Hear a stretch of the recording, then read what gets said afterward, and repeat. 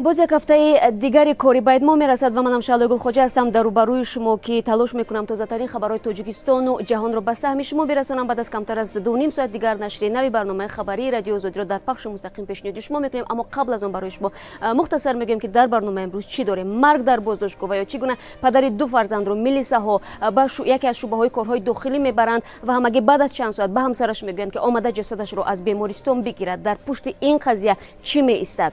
Ва вақте ки дақиқаҳо ба шуморанд дар минтақаҳои осебпазири Тоҷикистон ба худи сокинони деҳаҳо меомӯзонанд ки дар ҳолатҳои офати табиӣ бояд чӣ гуна ба ҳамдигар кӯмак расонанд. Дар ҳоле ки дар Британия духтари ҷосуси собиқи рус ба ҳуш омад, дар Русия мегӯянд ки 60 дипломати амрикоиро аз ин кишвар хориҷ мекунанд ва мегӯянд ин танҳо аввали кор аст.